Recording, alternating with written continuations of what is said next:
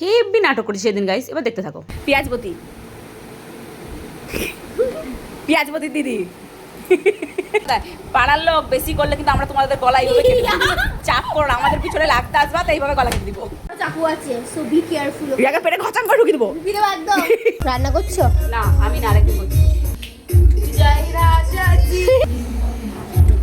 Heavy রস guys, আমাদের heavy রস, রস কম দিনে।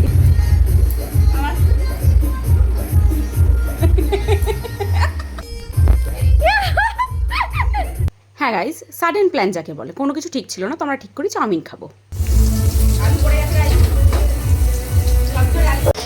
হয়নি দিদি। গাইস এখন গবাদি হেলান দিয়ে দিয়েছে।